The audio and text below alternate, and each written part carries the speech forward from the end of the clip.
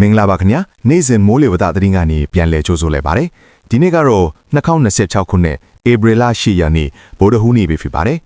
ကျွန်တော်တို့မိုးစလကနေဒီနေ့မနေ့9နာရီမှာနောက်ဆုံးထုတ်ပြန်လိုက်တဲ့မိုးလေဝသအခြေအနေတွေကိုတင်ဆက်ပေးသွားမှာမို့အဆုံးထိနားဆင်ပေးကြပါဦးခင်ဗျာ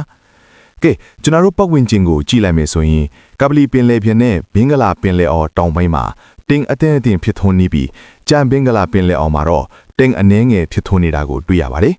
ဒီကနေ့ရဲ့ထူးခြားချက်အနေနဲ့မိုးရွာနိုင်ခြေရှိတဲ့ဒေသတွေကိုအရင်ကြည့်လိုက်ရအောင်ဗျာစစ်ကိုင်းတိုင်းဒေသကြီးအထက်ပိုင်းကချင်ပြည်နယ်နဲ့ရှမ်းပြည်နယ်တို့မှာနေရာစိတ်စိတ်မိုးရွာနိုင်ပါတယ်နေပြည်တော်မန္တလေးမကွေးပခုးအေရဝတီတနင်္သာရီတိုင်းနဲ့ချင်းရခိုင်ကယားကရင်မွန်ပြည်နယ်တို့မှာတော့နေရာကွက်ကြောင်မိုးထချုံရွာနိုင်ပါတယ်ခင်ဗျာတပြည်လုံးအနက်နီးပါးမိုးရွာသွန်းနိုင်တဲ့အနေအထားမို့အပြင်းထန်ရင်ထီးလေးတော်ဆောင်သွားဖို့တတိပေးပါတော့စီအပူချိန်ပိုင်းကိုကြည့်မယ်ဆိုရင်တော့ခံစားရတာနည်းနည်းလေးပိုပြင်းထန်လာနိုင်ပါတယ်အထူးသဖြင့်မကွေးစစ်ကိုင်းအောက်ပိုင်းကချင်နဲ့ရှမ်းပြည်နယ်တွေမှာနေ့အပူချိန်တွေကဧပြီလရဲ့ပြင်းမြအပူချိန်ထက်လုံးဒီဂရီကနေ6ဒီဂရီစင်တီဂရိတ်အထိပိုတိုးလာနိုင်ပါတယ်ဒါကြောင့်အပူဒဏ်ကိုဂရုစိုက်ကြဖို့နဲ့ရေများများတောက်ကြဖို့မမေ့ပါနဲ့အောင်နော်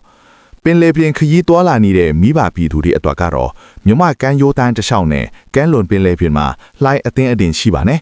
လိုင်းအမြင့်ကတော့4ပေကနေ6ပေလောက်အထိရှိနိုင်တယ်လို့သိရပါတယ်။ရန်ကုန်မြို့နယ်အနီးတစ်ဝိုက်အတွက်ကတော့ဒီနေ့မှာနေရာကွက်ကြားမိုးထချုံရွာနိုင်ပြီးရွာရန်ရာခိုင်နှုန်းက60ရှိပါတယ်။နေပြည်တော်နဲ့မန္တလေးမှာလည်းရွာရန်ရာခိုင်နှုန်း60အထိရှိတာမို့မိုးတိမ်တောင်တွေထပ်ပေါ်လာရင်လေပြင်းတိုက်တာမိုးချိုးပစ်တာတွေကိုအထူးသတိပြုကြဖို့တိုက်တွန်းမှာတော့စေခင်ဗျာ။အခုလိုနေ့စဉ်မိုးလေဝသ update သတင်းတွေကိုလက်လွတ်မခံရအောင်ကျွန်တော်တို့ရဲ့ channel ကို subscribe လုပ်ထားပြီးခေါင်းလောင်းလေးကိုလည်းနှိပ်ထားပေးပါဦး။အားလုံးပဲဘေးအန္တရာယ်ကင်းဝေးပြီးတာယာတဲ့နေ့လေးဖြစ်ပါစေခင်ဗျာ